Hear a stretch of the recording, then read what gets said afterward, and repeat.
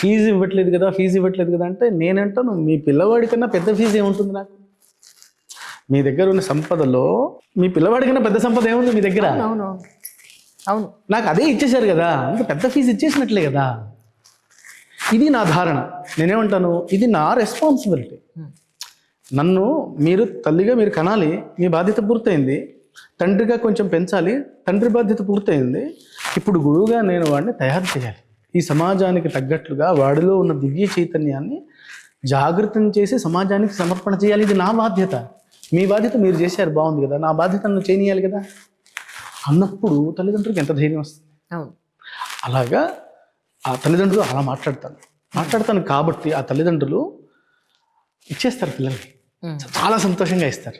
And ఇంత బాగుందండి, నేను కూడా పనిచేస్తాను అని చెప్పి తల్లిదండ్రులు వాళ్ళ సమయాన్ని ఇచ్చి పనిచేస్తుంటారు. ఈ విద్యారణ్య భావాన్ని